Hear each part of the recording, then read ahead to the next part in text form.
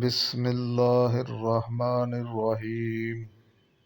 الصلاۃ والسلام علیک یا رسول اللہ وعلی آلک وصحابک یا سیدی یا حبیب اللہ۔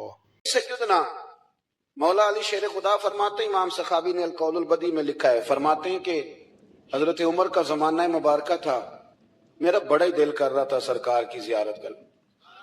حضور کے وصال کو کافی سال بیت گئے، دل بڑا پریشان تھا، میں درود شریف پڑھتا پڑھتا سو گیا۔ میں نے خواب دیکھی کہ اللہ کے محبوب فجر کی جماعت کرا رہے ہیں۔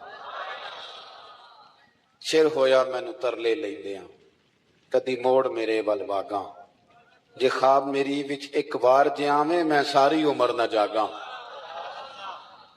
کہتے ہیں حضور نماز پڑھا رہے تھے فجر کی، دو صورتیں سرکار نے پڑھی پر بڑا ہی مزہ آیا، بڑا ہی مزہ۔ کہتے ہیں نماز مکمل کر کے نا تو سرکار نے صحابہ کی طرف رخ نور کیا تو ایک صحابی کھجوروں کا ٹوکرا لے کے آئے، یا رسول اللہ تازی کھجوریں پکیاں قبول کریں۔ حضور نے ایک کھجور اٹھائی، صاف کی، کھائی، باقی ایک ایک صحابہ کو بانٹی۔ حضرت علی کہتے ہیں 15-16 صحابہ کے بعد میرا بھی نمبر لگا، کھجور کھائی۔ کھجور کا نہیں، دست مصطفیٰ کا بڑا مزہ تھا۔ کہتے ہیں بڑا ہی مزہ آیا۔ ابھی میں کھجور کھا ہی رہا تھا کہ مسجد نبوی میں اذان ہو گئی۔ مولا علی فرماتے ہیں آنکھ کھل گئی، اٹھ میں گیا پر کھجور کا ذائقہ میرے منہ میں ابھی بھی موجود تھا۔ اب اس پر پورا باب باندھا ہے شاہ عبدالحق الہ آبادی نے۔ وہ کہتے ہیں کہ حضور جس کو خواب میں کوئی چیز دیتے ہیں وہ حقیقت میں بھی اسے دیتے ہیں، وہ خواب میں نہیں ہوتی، وہ حقیقت میں ہوتی ہے۔ پورا باب ہے، بہرحال عنوان پہ رہنا چاہتا ہوں۔ حضرت علی فرماتے ہیں میں اٹھا،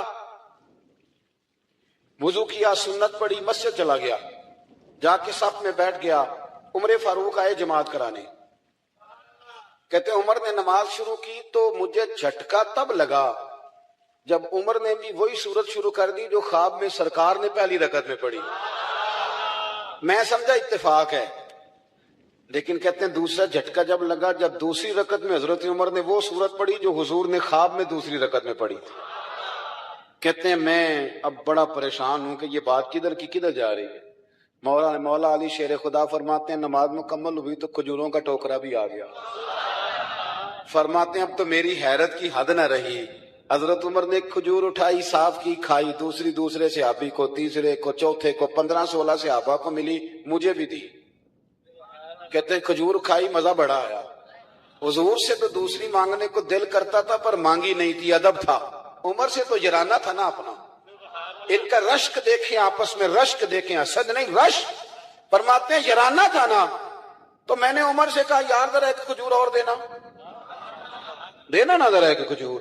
تو کہتے ہیں جناب عمر فاروق نے کھجور اٹھائی، صاف بھی کی، میں سمجھا ملنے لگی ہے، اٹھائی بھی، صاف بھی کی، اور دوسرے صحابی کی طرف ہاتھ بڑھایا، میری طرف دیکھ کے ہلکا سا مسکرائے، فرمانے لگے علی ایسے نہ کر، اگر رات کو نبی پاک سے دوسری لیتا تو میں بھی سویرے تجھے دوسری دے دوں۔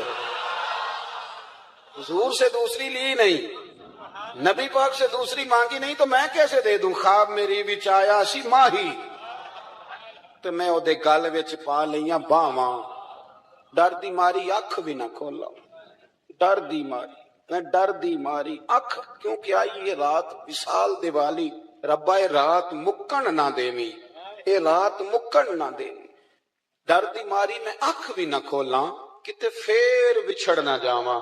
میرے رسول پاک کے غلام رشک کرتے تھے، رشک۔ حضرت علی کہتے ہیں میں رویا تو عمر بھی رو پڑے، کہنے لگے علی جو رات تجھے نواز کے گئے وہ میرے اوپر بھی کرم فرما کے گئے۔ رشک کریں خدا را، چھوڑ دیں حسد کرنا۔ حضرت عمر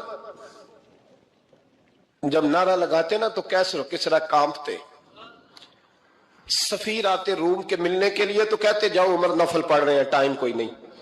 ایک دن اندر میٹنگ ہو رہی تھی، حضرت عمر میٹنگ میں بیٹھے تھے، آپ کے بیٹے ملنے آئے عبداللہ ابن عمر، ابا جی اندر آ جاؤ، فرمایا دروازے پہ کھڑا ہو میں ضروری بات کر رہا ہوں، اندر نہ آنا۔ جناب عبداللہ ابن عمر کہتے ہیں میں دروازے پہ کھڑا ہو گیا، تھوڑی دیر گزری تو امام حسین بھی آ گئے۔ ایک حدیث میں، ایک روایت میں امام حسن کا لفظ بھی ہے، امام حسین آئے، آ کے عبداللہ ابن عمر سے کہنے لگے عمر فاروق اندر ہے؟ تو کہا وہ اندر تو ہے۔ تو کہا آپ کیوں دروازے پہ کھڑے ہیں؟ کہنے لگے ابا جی نے کہا ہے یہاں انتظار کرو، میں کوئی ضروری بات کر رہا ہوں، لیکن شہزادے میرے لیے کہا ہے۔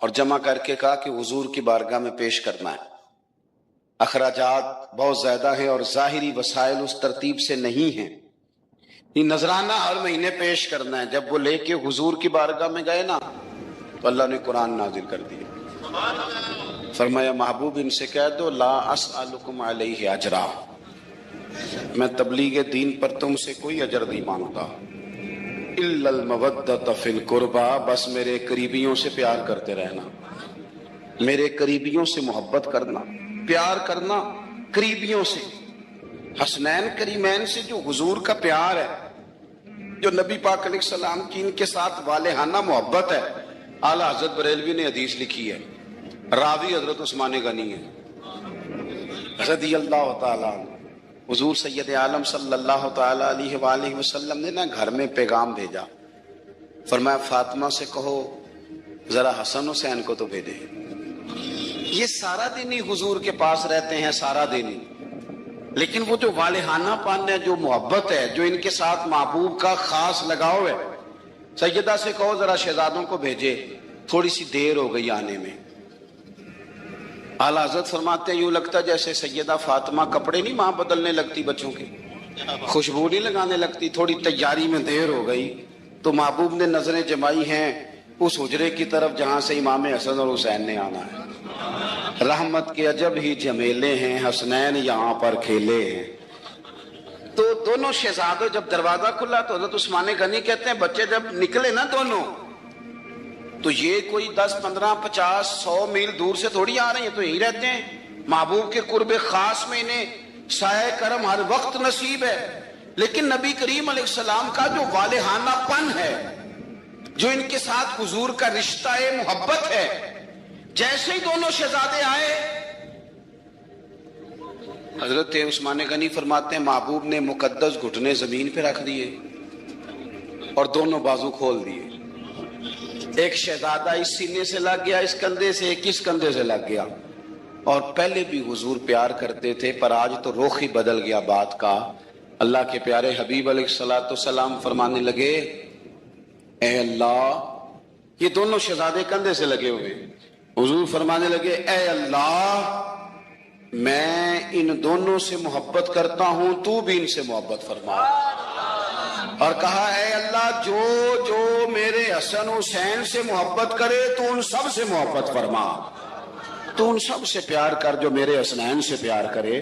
اللہ کے پیارے محبوب علیہ السلام کی محبت جب حضور کو، بھئی جس چیز کی طرف محبوب نے ایک دفعہ دیکھا ہے نا، وہ غار ثور میں حضور ایک دفعہ گئے ہیں، 3 دن قیام کیا، ایک دفعہ گئے، تو ہمارا تو کئی بار جانے کو دل کرتا ہے. جہاں حضور تھوڑی دیر قیام فرمائیں اس جگہ سے پیار ہو جاتا ہے.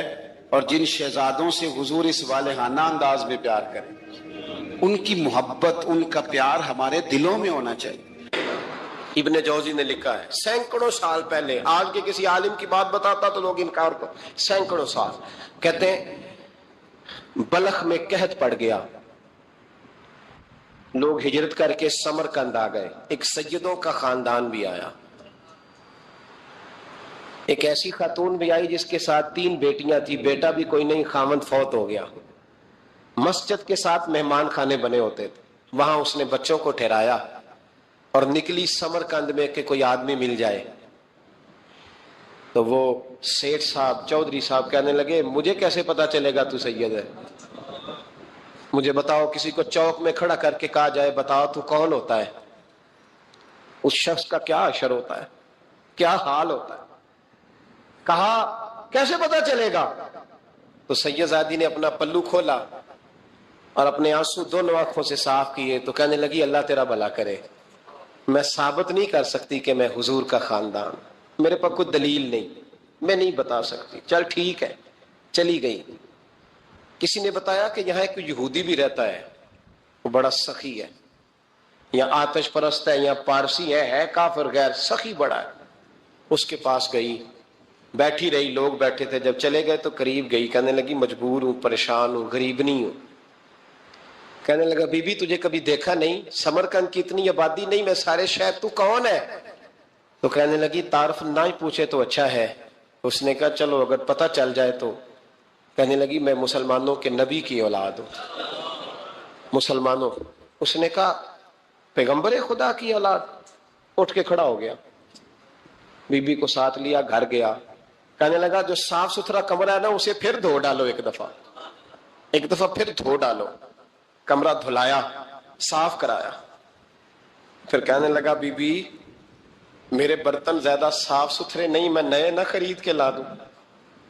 پھر نئے برتن لایا، پھر اپنے بچوں سے کہنے لگا اونچا نہ بھولنا، یہ سیدہ فاطمہ کی شہزادیاں آئی ہیں، یہاں کوئی شخص اونچی بات نہ کرے۔ پھر کہنے لگا بی بی جو میرا بالکل طیب اور حلال رزق ہے نا، یہ اس میں سے لنگر ہے، لیکن چونکہ میں غیر مسلم ہوں، مجھے سلیقے نہیں آتے، جیسا تیسا بھی ہو نا اسے قبول کر لینا۔ خاتون کو کہنے لگا یہ گھر ہے، جب تک جی چاہے یہاں رہنا، اور دیکھنا ہو سکے تو رات اپنے نبی سے سفارش کرنا، میرا بھی کوئی مسئلہ، میری بھی کوئی قبولیت کہیں ہو جائے۔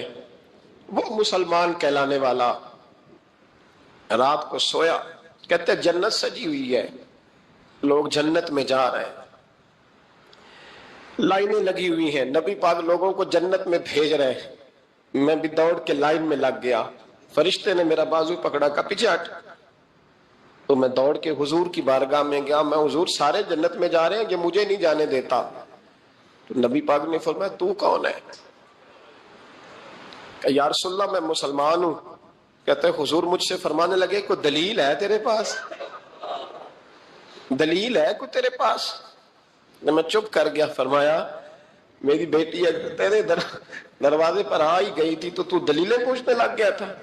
میں جا دوڑ جا، سویرے آنکھ کھلی تو گلیوں میں ڈھونڈتا پھرتا ہے، تلاش کرتا پھرتا ہے، کونے کونے میں جاتا ہے وہ سادات کا گھرانہ کہاں گیا، ڈھونڈتے ڈھونڈتے اس غیر مسلم کے دروازے پہ جا کے پہچان لیا، تو کہنے لگا خدا کا واسطہ جو تو نے نوکری کی ہے نا ان کی مجھ سے 11 گنا لے لے، یہ سادات کا گھر مجھے دے دے۔ تو کہنے لگا کل تو آتا تو شاید بات اور ہوتی، آج بات اور ہے۔ اس نے کہا مہربانی کر، کہا نہیں نہیں کل تو آتا تو معاملہ اور تھا، آج معاملہ آج اور ہے، رنگ بدل گیا ہے، حالات تبدیل ہو گئے ہیں، اب تو دیکھ تاک کے آیا، جا دوڑ جا۔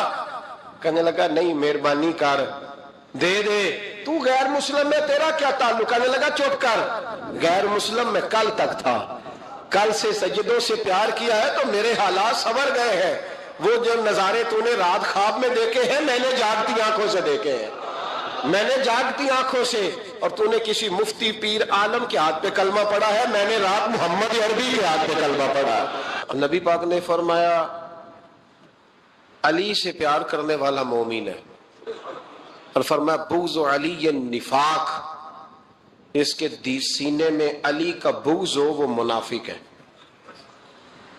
وہ منافق ہے۔ جس کو نبی پاک منافق ہے، منافق ہے کہ نہیں؟ ذکر علی عبادہ، النظر الی وجہ علی عبادہ، فرمایا علی کا چہرہ دیکھنا بھی عبادت ہے اور ان کا ذکر کرتے رہنا بھی عبادت ہے۔ اسلام صرف اخلاقیات کا مذہب نہیں، اخلاق، مسلمان کا اخلاق یہ اس کا پھل ہے، یہ اس کا پتے ہیں، پھول ہیں، لیکن نبی پاک کی غلامی، حضور کی محبت، صحابہ اور اہل بیت کا احترام یہ ایمان کی جڑ ہے۔ جڑ مضبوط نہ ہو تو نہ پھول اگتے ہیں، نہ پھل آتے ہیں، نہ ٹہنیوں پر کوئی پتا آتا ہے۔ جڑ کا مضبوط ہونا بڑا ضروری ہے۔ ان محبتوں کا سینے میں اٹھنا، پہلا پہلو آج کے موضوع کا اس کو ذہن میں رکھیں، محبت کا جوش مارنا، محبت کا جوش مارنا، پیار کا بڑھنا، طبیعت میں ذوق پیدا ہونا، یہ ایمان کی علامت ہے۔ یعنی حضرت عمر کی بات سن کے دل کا ٹھنڈا ہونا ایمان کی علامت ہے، اور امام حسین کی بات سن کے طبیعت کا سکون میں آنا یہ ایمان کی علامت ہے۔ حضرت فاطمہ الزہرا کا ذکر ہو اور وجود کے رونگٹے کھڑے ہو جائیں، طبیعت پہ کیف طاری ہو جائے، سیدہ زینب کا تذکر آئے تو آنکھوں میں آنسو چھلک پڑے، یہ ایمان کی علامت ہے۔ انسان کے وجود پر اثر ہو. لیکن جو آدمی کچی کچی باتیں کرے، کمزور کہانیاں سنائے کہ نہیں جی وہ ٹھیک ہے، اہل بیت ہی اصل تھے، سارا کچھ وہی تھے، صحابہ بس وہ. بھائی جس آدمی کے پیچھے مولا علی نماز پڑھتے ہیں وہ بندہ تجھے قبول کیوں نہیں؟ جس ابو بکر صدیق کے پیچھے وہ نمازیں پڑھتے ہیں تجھے کیوں نہیں قبول؟ جس عمر کے وہ مشیر بنتے ہیں تجھے کیوں نہیں حضرت عمر قبول؟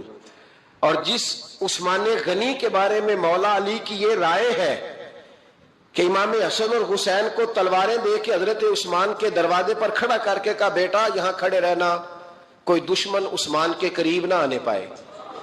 تو جس عثمان کے حضرت علی محافظ ہیں تجھے وہ عثمان کیوں قبول نہیں؟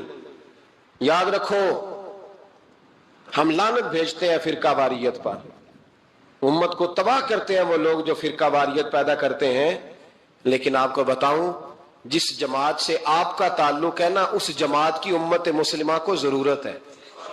قیامت بھی 10 محرم کو ہی آئے گی، جمعے کا دن ہوگا. تو میں آج دل کو حاضر ناظر رکھ کے اپنی طبیعت کو حاضر پا کے باشعور آپ کو کہہ رہا ہوں جاگ کے سننا خدا کا واسطہ. آپ اس جماعت سے تعلق رکھتے ہیں، اگر کافر کے سامنے اسلام کا کوئی چہرہ پیش ہو سکتا ہے تو صرف سنی کا چہرہ پیش ہو سکتا ہے. ختم ہو گئی بات. ورنہ کوئی صحابی کا بے ادب ہے، کوئی اہل بیت نبوت کا. آج مجھے کہہ لینے دو، کھل کے کہہ لینے دو.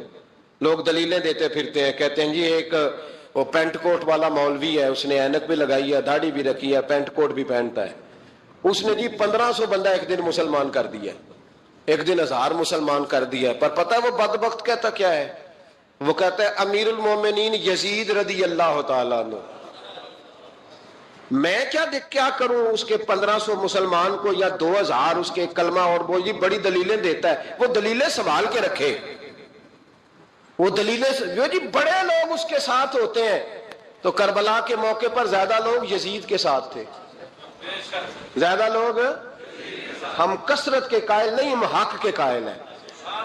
ہم اب چھوڑ دو بات، دلائل کی طرف آؤ. عجیب تماشا ہے. اور ایک مولوی صاحب اس کی حمایت کر رہے تھے، کہتے نہیں بندہ ٹھیک ہے، وہ بھول گیا تھا، اصل میں قصور عبید اللہ ابن زیاد کا تھا، اصل میں غلطی عمر بن سعد کی تھی، تو یزید کو زیادہ الزام نہیں دینا چاہیے. میں نے کہا بڑی تمہاری قریبی رشتہ داری ہے یزید کے ساتھ، تو اللہ سے دعا کیوں نہیں مانگتے کہ تمہارا حشر یزید کے ساتھ کرے؟ مانگنی چاہیے نا دعا. کیا خیال ہے آپ کا؟ ہم الحمدللہ جمعے والے دن مسجد میں بیٹھ کے دعا کرتے ہیں، یا اللہ ہمارا حشر امام حسین کے غلاموں میں کرنا. تو بھی کرنا جرت کر، جرت ہماری جرت دیکھ. ہم یہ نہیں کہتے ان کے ساتھ کر، ہم کہتے ہیں یا اللہ ہمارا حشر ان کے. ہماری جرت دیکھو، ہم ان کے غلاموں میں، قدموں میں، نوکروں میں بیٹھنے کو وہ دعا مانگ رہے ہیں، یا اللہ ہمارا ان کے غلاموں میں، غلاموں کے. تو بھی جرت کر دلیری، کر جرت، کہ یا اللہ میرا حشر یزید کے ساتھ کر دلیری. اگر اتنا ہی اچھا تھا تو بے شرمو اتنا ظلم نہ کرو، اتنی زیادتی، اتنا ظلم نہ کرو. یہ ظلم ہے. امام حسین جمعے والے دن خطبہ پڑھنے لگے، جمعے سے پہلے امام حسین نے خطبہ پڑھا اور آپ نے ایک جملہ کہا جو ہمیشہ یاد رکھا جائے گا. آپ نے فرمایا یزید کو جا کے بتا دو کہ مجھ جیسا تجھ جیسے کی بیعت نہیں کر سکتا. او کیا فکرہ ہے امام علی مقام کا. فرمانے لگے مجھ جیسا تجھ جیسے کی بیعت. اور آپ فرمانے لگے بتاؤ اس وقت پوری دنیا میں کوئی نبی کا نواسہ موجود ہے میرے سوا؟ حضرت آدم سے لے کر مصطفیٰ کریم تک اس وقت پوری دنیا میں کوئی نبی کا نواسہ ہے؟ اور فرمایا اگر میں ہی ہوں پوری کائنات میں. لوگ کہتے ہیں فلانا علامہ صاحب کی تبلیغ بڑی ہے. ہم سے بڑا کون ہوگا تبلیغ کی بات کرنے والا؟ لیکن ڈرو اللہ سے، ڈرو، گمراہ نہ کرو قوم کو. یہاں تباہی اتر گئی ہے. کوئی بڑی داڑھی رکھ کے معاذ اللہ تعالیٰ اہل بیت کے بارے میں بکواس کرتا ہے، اور کوئی بالکل داڑھی مڈا کے ننگا سر کر کے ممبروں پہ ناچتا ہے اور صحابہ کے بارے میں بکواس کرتا ہے. میرے مصطفیٰ کے پاس اگر ابو بکر آئے ہیں تو وہ بھی شان والے ہیں، اور اگر بی بی عائشہ صدیقہ ان کے بستر پہ رہی ہے تو وہ بھی شانوں والی ہے. مولا علی شیر خدا کے بارے میں جو بات کرے پکا بے ایمان ہے. عجیب تماشا لگ گیا ہے. جی جو رب نبی پاک کے جسم کے قریب مکھی نہیں آنے دیتا وہ گندا بندہ حضور کے قریب آنے دیتا ہے؟ عجیب تماشا ہے، امت کو تباہ کر رہے ہو، کافر کو موقع دے رہے ہو یہ کہنے کا کہ تمہارے نبی کے پاس بیٹھنے والے ٹھیک نہیں تھے۔ اگر حضور کے پاس بیٹھنے والے ٹھیک نہیں تھے تو بعد والے کیسے ٹھیک ہو گئے؟ تو یہ باز آنا چاہیے ان بے شرموں کو، یہ امت میں تفرقہ ڈالتے ہیں، بے حیائی کرتے ہیں۔ سنو اور یاد رکھو، حضرت امام حسین نے خطبہ پڑھا نا جب جمعے والے دن، فرمایا مجھے پہچانو تو میں کون ہوں؟ تو عمر بن سعد بولا، پکے نمازی بولے۔ عمر بن سعد کہنے لگا حسین جلدی کر ہمارا جمعہ لیٹ ہو رہا ہے۔ بلے ہو نمازیو، جلدی کر ہمارا، آئے ہائے کیا نماز ہے! یعنی نبی پاک کے نواسے کو شہید کریں گے اور شہادت کے بعد جمعہ پڑھیں گے اور نماز میں کہیں گے اللہم صلی علی محمد وعلی آل محمد۔ ان کو شہید کر کے قتل کر کے جمعے کا خطبہ دیا جا رہا ہے اور نماز پڑھی جا رہی ہے اللہم صلی علی محمد وعلی۔ تو میرا سنی بڑا بولا ہے، کہتا ہے جی وہ زیادہ نمازیں پڑھتے ہیں۔ تو زیادہ نمازیں تو عمر بن سعد بھی پڑھتا تھا، تو بولا او خدا کے دیکھے نا جتنی نماز کی اخلاق کی بات شاید میں کرتا ہوں، آپ کو جماعت میں کم لوگ ملیں گے، لیکن یاد رکھنا نماز عقیدہ نہیں، روزہ عقیدہ نہیں، عقیدہ حسین ہے، عقیدہ حسن ہے، عقیدہ علی ہے، عقیدہ عثمان غنی ہے، عقیدہ عمر فاروق ہے۔ میں اس شخص کو کیا کروں؟ مجھے اس شخص کی کیا ضرورت ہے جو ممبر پہ بیٹھ کے کہتا ہے حسین ابن علی باغی تھے؟ وہ شخص، اس کی نماز روزہ حج زکات دیکھا جائے گا؟ آؤ قرآن مجید سورہ شورا آیت نمبر 23، گھر جا کے قرآن مجید کھولو، یہ والی آیتیں بھی پڑھا کرو، یہ والی بھی کھولا کرو۔ صحابہ جمع ہو کے نبی پاک کے پاس آئے، عرض کی یا رسول اللہ صلی اللہ علیہ وسلم آپ کے خرچے زیادہ ہیں، آمدن کا ذریعہ کوئی نہیں، جس طرح آج لوگ ہر پیر صاحب سے نہیں پوچھ رہے علامہ صاحب سے کہ آپ کام کوئی نہیں کرتے، کپڑے پھر بھی سفید پہنتے ہیں، کیا ذرائع آمدن ہے پھر بھی آپ گاڑی میں گھومتے ہیں؟ ہمارا تو پروگرام تھا مولوی بھوکا مر جائے، پر اس کے پاس آتے ہیں تو یہ تازی چائے پلاتا ہے، کیا مطلب کس طرح کا رویہ ہے؟ صحابہ کے بار وہ یہ نہیں سوچتے تھے آتے کام، وہ کہتے تھے آگے بڑھ کے حصہ ڈالے۔ وہ سارے آگے بڑھے، کہا یا رسول اللہ صلی اللہ علیہ وسلم اخراجات زیادہ ہیں، ذرائع آمدن بظاہر کوئی نہیں، نذرانوں پہ اعتراض نہ کیا کرو، نذرانہ دینا نبی پاک کی سنت ہے، نذرانہ قبول کر لینا نبی پاک کی، بولو حضور کی سنت ہے۔ تو صحابہ جمع ہو کے آئے، ایک جگہ پہ میٹنگ کی، کہا تھوڑے سے پیسے ہر مہینے پیش کریں گے۔ تو حضور سے بات کون کرے گا پیسوں کی؟ کہا ہم نے نہیں کرنی، نبی پاک کے چچا جناب عباس کریں گے۔ حضرت عباس رضی اللہ تعالیٰ عنہ کے ذمہ لگایا گیا، جناب عباس آئے، حضرت عباس رضی اللہ تعالیٰ عنہ پیسے لے کے آئے، اور سیانے بندے تھے، انہوں نے بڑی سمجھداری والی عقل مندی والی بات چھیڑی۔ یہ نہیں کہا کہ حضور ہم یہ نذرانہ دیں گے، کہنے لگے یا رسول اللہ ہمیں پتہ ہے آپ کی مذہبی مصروفیت اتنی ہے کہ آپ کو ٹائم نہیں ملتا کاروبار کرنے کا، اگر آپ کام کریں گے تو پھر آپ کس طرح کر کے دین کا کام ہو سکے گا، اور یا رسول اللہ آپ نے جو ہمارے لیے کیا ہے اس کا ہم بدلہ نہیں دے سکتے، ایک حرف کا بدلہ نہیں دے سکتے، حضور یہ تھوڑا سا نذرانہ ہر مہینے لایا کریں گے، قبول کر لیں۔ نبی پاک کے سامنے رکھا ہی تھا کہ اللہ کا قرآن بول پڑا، کا کل لا اسألکم علیہ اجرا، محبوب ان سے فرما دو کہ میں نے تمہارے لیے بڑی تکلیف سہی ہے، پر میں تم سے کوئی اجر نہیں مانگتا، تم سے کوئی اجر نہیں مانگتا، ہاں اگر تم نے کچھ کرنا ہے الا المودۃ فی القربى، تو میرے قریبیوں سے پیار کرتے رہنا، میری ختیجہ سے پیار کرنا، میری عائشہ کا ادب کرنا، میرے قریبیوں کا احترام کرنا۔ یا رسول اللہ ازواج تو گھر میں ہے ہی، قریبی کوئی اور بھی خاص ہے جس کا ادب کرنا ہے؟ تو نبی پاک نے فرمایا ہاں علی، فاطمہ، علی اور فاطمہ کی اولاد، فرمائے ان کا ادب کرتے رہنا، اس کا مطلب یہ ہوگا کہ تم نے میرے ساتھ بڑا ہی اچھا سلوک کیا ہے، کہا ان کا ادب کرنا، جناب علی، سیدہ فاطمہ، اور دونوں کی ان کا ادب کرنا فرائض دین، اہل بیت کا ادب کرنا فرائض۔ کچھ لوگ کہتے ہیں کچھ لوگ جی سید بن گئے ہے نہیں، پر تو میں کہ جڑے بن گئے نا انہوں نے اللہ آپ ہی پوچھ لے گا، تو ادب کر، جڑے بن گئے نے اللہ شیخ الاسلام والمسلمین حضرت خواجہ قمر الدین سیالوی رحمت اللہ تعالی علیہ. دو بندے خواجہ صاحب سے ملنے آئے تو ان کو پتا تھا کہ خواجہ صاحب سیدوں کا بڑا احترام کرتے ہیں. اعلیٰ حضرت فاضل بریلوی کا جب عرس ہوتا ہے نا بریلی شریف، تو سیدوں کو اسٹیج پہ بٹھایا جاتا ہے اور بڑے بڑے عالم نیچے بیٹھتے. تو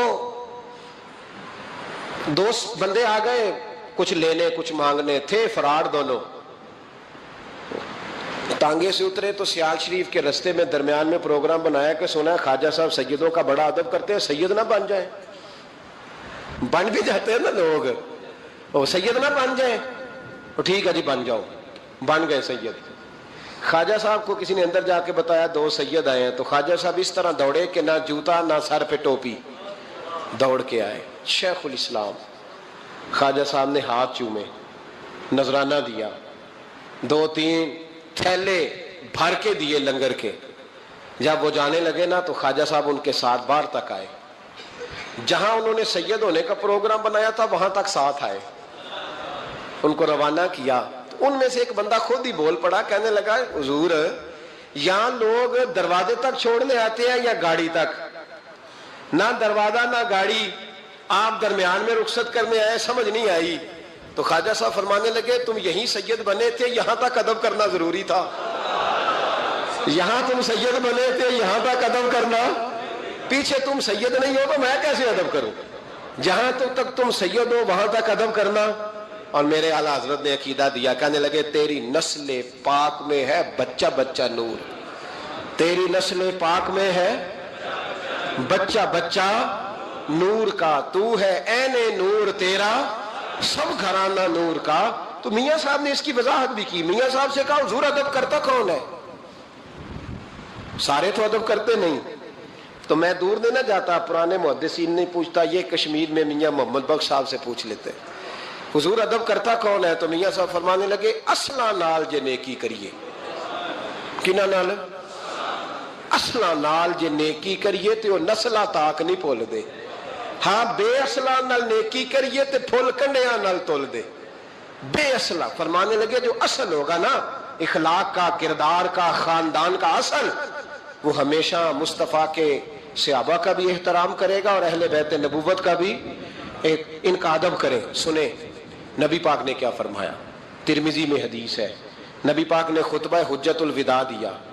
لوگ ہمیں کہتے ہیں نماز روزہ حج زکوٰۃ اس سے آگے نہ جاؤ. حضور نے خطبہ دیا، فرمایا میں تمہیں 2 چیزیں دے کے جا رہا ہوں، اگر تھام کے رکھو گے تو گمراہی تمہارے پاس نہیں آئے گی. یا رسول اللہ کون کون سی؟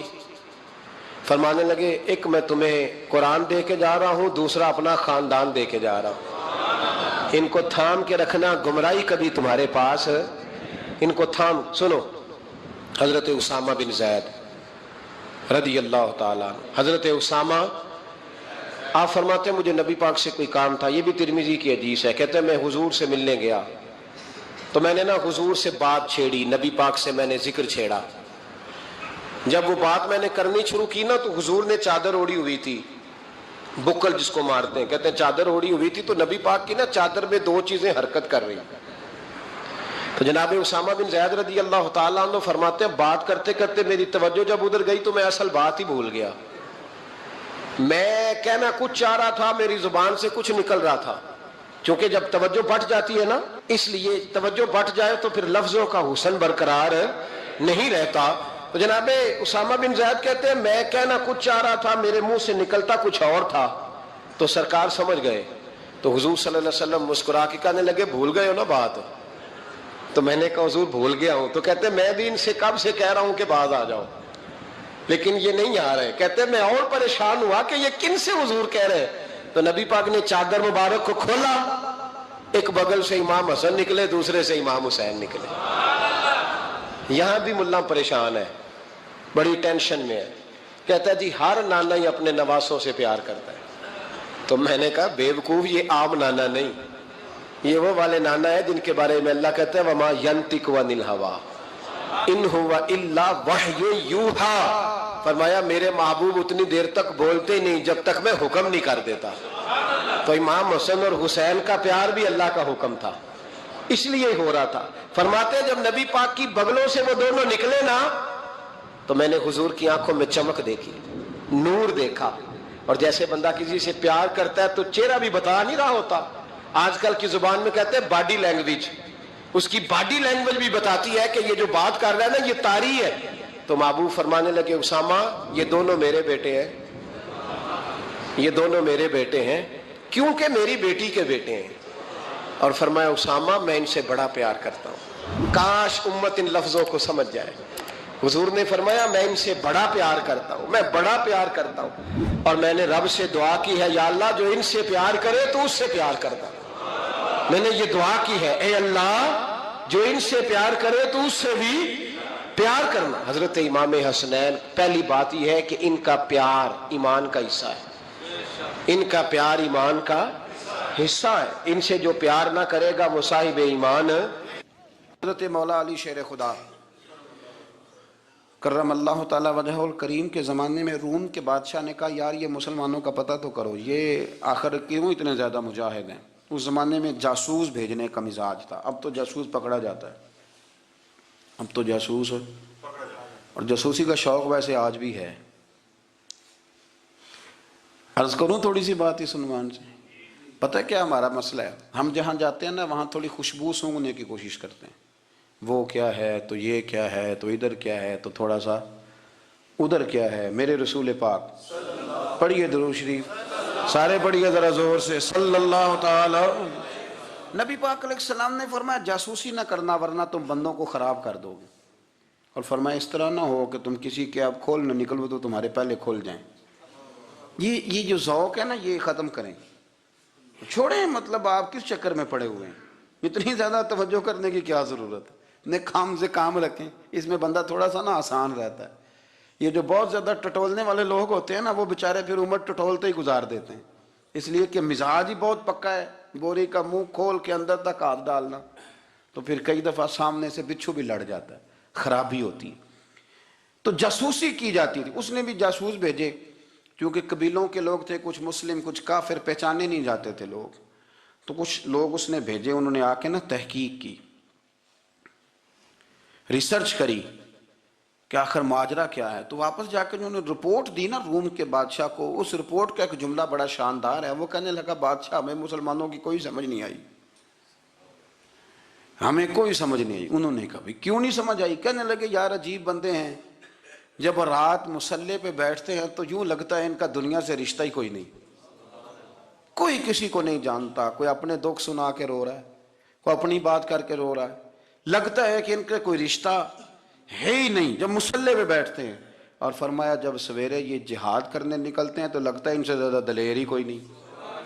حالانکہ جو مسلحوں پہ رونے دھونے کے لوگ ہوتے ہیں وہ کئی دفعہ جہاد میں کام نہیں کرتے, لیکن عجیب لوگ ہیں کہ رات کے راہب ہیں دن کے مجاہد ہیں, کوئی سمجھ نہیں آتی. میرے عزیز ان لوگوں نے مسلح آباد کر کے رکھا, تلاوتیں ان کا ذوق رہی, منظر روز پڑھنا, اسباق پڑھنا, وظائف پڑھنا, یہ ان کا ذوق رہا. اعلیٰ حضرت بریلوی رحمت اللہ نے 1000 کتاب لکھی ہے, لیکن الوظیفۃ الکریمہ کے نام سے جو وہ صبح و شام وظائف پڑھتے تھے وہ الگ انہوں نے ان کو بیان کیا. پابندی کے ساتھ اپنی اللہ اللہ کرتے. شیخ شہاب الدین سہروردی رحمت اللہ علیہ اس پر ایک بندے نے اعتراض کیا. اس نے کہا جی آپ کس قسم کے صوفی ہیں, مرید بیٹھے ہیں اور آپ وہاں نفل پڑھ رہے ہیں. یہ بھی بڑا مسئلہ ہوتا ہے نا, جو بندہ ملنے آتا ہے وہ اپنے ٹائم کے حساب سے آتا ہے, اور پھر اس کا یہ بھی خیال ہوتا ہے کہ پیر صاحب جو ہیں وہ چونکہ درویش ہیں تو نہ انہیں روٹی کھانی چاہیے نہ سونا چاہیے, چونکہ وہ درویش ہیں, اور ہم چونکہ درویشوں کے ماننے والے ہیں لہذا ہمارا یہ طریقہ ہونا چاہیے کہ جیسے ہم کہیں درویش ویسے ہی کر جائے. حالانکہ جس کو آپ درویش کہیں گے آپ اس کی مانیں گے, آپ منوائیں گے نہیں, تو ہمارا مزاج ہوتا ہے. شیخ شہاب الدین پر لوگوں نے اعتراض کی, حضور لوگ ملنے آئے ہیں, زیارت کرنے آئے ہیں, یہ بندے دعا کرانے آئے ہیں, اللہ اللہ کرانے آئے اور آپ نفل پڑھ رہے ہیں. کیا جملہ ہے, کیا حسن ہے, کیا خوبصورتی ہے. فرمانے لگے رب رسول سے مانگنے کے لیے مصلی بچھایا ہے, اگر وہاں سے مانگوں گا نہیں تو تمہیں دوں گا کیا؟ پہلے مجھے کچھ لے تو لینے دو, اگر میرے پلے کچھ شے ہوگی تو آگے دوں گا نا. تو میں مانگنے گیا تھا کہ یا اللہ دے, تیرے بندے لینے آئے ہیں, دے تو میں کچھ لوں گا تو آگے دوں گا نا. لیکن ہمارا یہ سٹیٹس, یہ مزاج, یہ شعور نہیں ہے. گپیں, کہانیاں, داستانیں, گفتگو, خطابت, واز, کیا بات.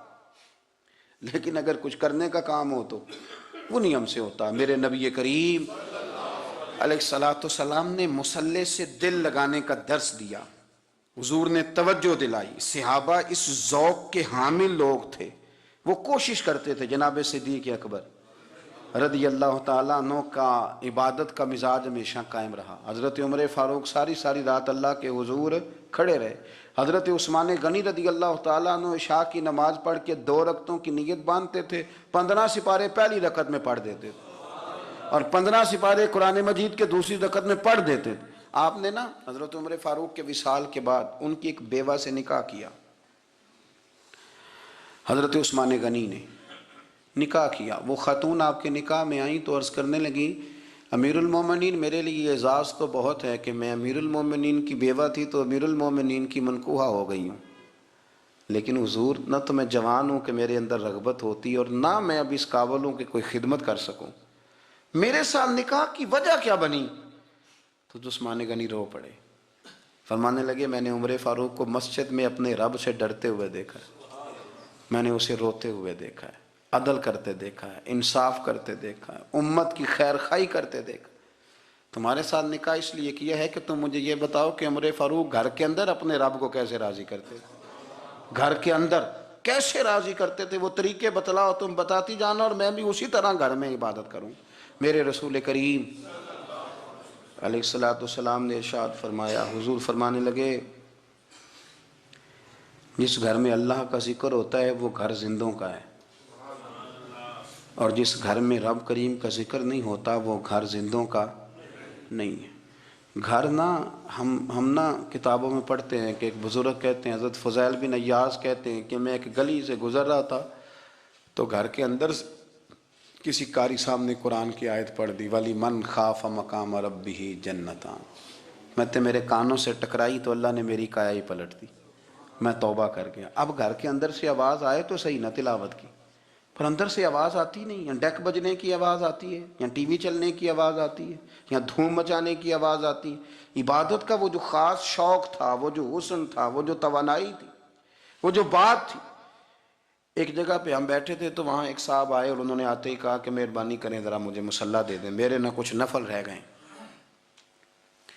تو میں نے وضو کر لیا تو کوئی مصلی مل جائے، مصلی انہیں دے دیا گیا، وہ مصلی لے کے چلے گئے تو پیچھے ایک صاحب نے تبصرہ کیا، کہنے کتنا ریاکار بندہ ہے، لوگوں کو دکھا رہا ہے کہ میں نفل پڑھتا ہوں، ہے کو بات کرنے والی۔ میں نے اسے کہا تو مہربانی کرنا، اس طرح کی ریاکاری تو بھی کر، پکڑ مصلی اور جا تو بھی تھوڑی ریاکاری کر کے آ، اٹھ ذرا، شکر کر کوئی یہ ریاکار بھی ملا ہے، کوئی نفل پڑھ کے ریاکاری کر رہا ہے۔ اللہ کا میں کہتا ہوں کو پڑھے تو صحیح نہیں، یہ کوئی دور ہے نفل پڑھنے کا، اس میں تو لوگوں کا مزاج ہی نہیں، طبیعت ہی نہیں۔ میں نے کہا چل مہربانی کر یہ لے مصلی اور تو بھی جا تھوڑی سی، یا کر یا ریاکاری کرو تو صحیح نا، مزاج ہی نہیں، ذوق۔ جمعے کی نماز پڑھ کے یوں دنیا بھاگتی ہے، او ہو پتہ نہیں کون سی پیچھے آگ تھی جو بجھائی جائے گی، اور آج تک لوگ مسئلہ پوچھ رہے ہیں کہ جمعے کی بعد والی سنتیں کتنی ہوتی ہیں۔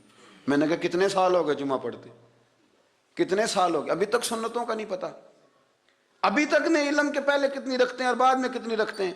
فجر کی سنتیں کب پڑھنی چاہیے، سنو فجر کی سنتوں کے بارے میں۔ میرے رسول کریم سید عالم صلی اللہ تعالی علیہ وسلم سے ایک صحابی نے پوچھا تھا، حضور میری فجر کی سنتیں رہ گئیں یا رہ جاتی ہیں تو حکم کیا ہے، کیا انداز ہے حضور کا۔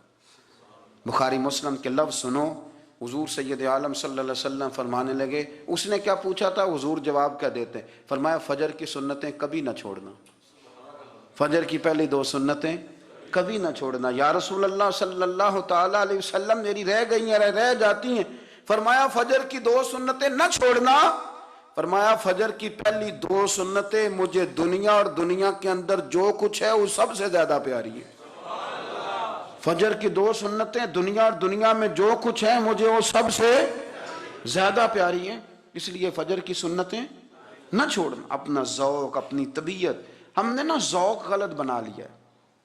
اگر 20 بندے کہہ بھی دیں گے تو نے بڑی شاندار تلاوت کیا تو کیا اس سے بنے گا، 100 بندہ کہہ بھی دے تیری کیا بات ہے، کیا بات ہے نعت خاں کی، کیا بات ہے علامہ صاحب کی، پیر صاحب کی، پیر مہر علی شاہ صاحب رحمت اللہ علیہ، آپ تشریف فرما تھے تو آپ کے ایک ہی بیٹے بابو جی جن کو کہا جاتا ہے، جس دن صاحبزادے پیدا ہوئے تو خادم نہ وہاں سے نکلا، ان لوگوں کے شوق اور طرح کے تھے نا، تو ان کی توجہ بھی اپنے شوق کی طرف رہتی. تو خادم نکلا اندر سے، پیر صاحب مبارک ہو، پیر صاحب مبارک ہو، پیر صاحب مبارک ہو، پیر صاحب مبارک ہو، شور کر رہا ہے. تو پیر صاحب کو وجد ہو گیا، اللہ اکبر اللہ اکبر اللہ. او کیا ہوا، کس بات کی مبارک دے رہے ہو؟ عرض کی حضور اللہ نے بیٹا دیا ہے. تو آپ فرمانے لگے اچھا حضور آپ کیا ہوا، آپ تو پریشان ہو گئے. فرمانے لگے جب تو نے 3 دفعہ کہا نا مہر علی کو مبارک ہو، تو میں سمجھا تھا شاید تجھے کسی نے بتا دیا ہے کہ مہر علی سے اللہ راضی ہو گیا. میں سمجھا تھا کہ شاید تو یہ خبر لے کے آیا ہے کہ کسی نے بتایا ہے کہ مجھے آج خبر ملی ہے کہ مہر علی سے رب اچھا پتر ہوا ہے. الحمدللہ اللہ کا شکر ہے. پر میرے لیے مبارک کا دن وہ ہوگا جب میرا رب کہے گا کہ میں مہر علی سے راضی ہوں. میرے محبوب کہیں گے کہ میں مہر علی سے. آپ بات کو سمجھیں. شوق ہی کسی اور طرف تھا، دل ہی کہیں اور لگا ہوا تھا، طبیعت ہی کہیں اور مائل تھی. کوئی وظیفہ پوچھتے تھے تو پڑھتے تھے وہ لوگ، کچھ اللہ اللہ انہیں بتائی جاتی تھی تو کرنے کا ذوق رکھتے تھے، طبیعت تھی، قائل تھے. حضرت ربیع کہتے ہیں میں بڑی دور سے سفر کر کے گیا حضرت اویس کرنی سے ملنے، بڑی دور سے. اور جب میں پہنچا تو فجر کا وقت تھا. تو حضرت اویس کرنی کو میں نے پا لیا. تو وہ نماز پڑھ کے نا قرآن شریف لے کے بیٹھ گئے. فرماتے ہیں اشراق چاشت کا وقت ہوا تو نفلوں کی نیت باندھ لی. محدث ابن الجوزی نے لکھا ہے، فرماتے ہیں پھر جب زوال کا وقت ہوا تو مسجد میں جھاڑو دینے لگ گئے. زور کی نماز پڑھ کے تو عصر کی تیاری تک وہ مسجد میں بیٹھے رہے. اور میرے نبی پاک علیہ السلام نے فرمایا جو نماز کے انتظار میں بیٹھا ہو وہ نماز ہی میں ہے، وہ نماز ہی میں ہے. فرمایا میری دنیا میری امت کی جو رہبانیت ہے نا وہ اتنی ہے کہ نماز کا انتظار کرے. اذان کے بعد نماز کا یہ راہب ہے، یہ اس وقت چھوڑ کے بیٹھے ہیں سارا کچھ. فرماتے ہیں عصر تک انہوں نے اللہ اللہ کی، پھر مغرب تک کی، عشاء کی نماز ہوئی تو نماز پڑھی تو وہ تھک گئے. اب مجھے وہ فارغ ہوں مصلی چھوڑے تو میں ملاقات کروں نا. یہ آپ حیران نہ ہو کہ اتنی دیر بندہ کیسے اللہ اللہ کر. ہم نے کی نہیں نا اس لیے ہم پریشان ہیں. جو عادی ہوتے ہیں وہ کر بھی لیتے ہیں. وہ یہ کام میری بات کی سمجھ آ رہی ہے؟ جب جاتے ہو کسی دفتر میں تو 8 گھنٹے کھڑے رہ لیتے ہو نا، مجبوری ہوتی ہے تو کھڑے رہا جا سکتا ہے. پاسپورٹ کے دفتر بولیے، امیگریشن کی لائنوں میں، اور میں نے تو ایمبیسیوں میں بندے 12 گھنٹے پہلے جا کے کھڑے دیکھے.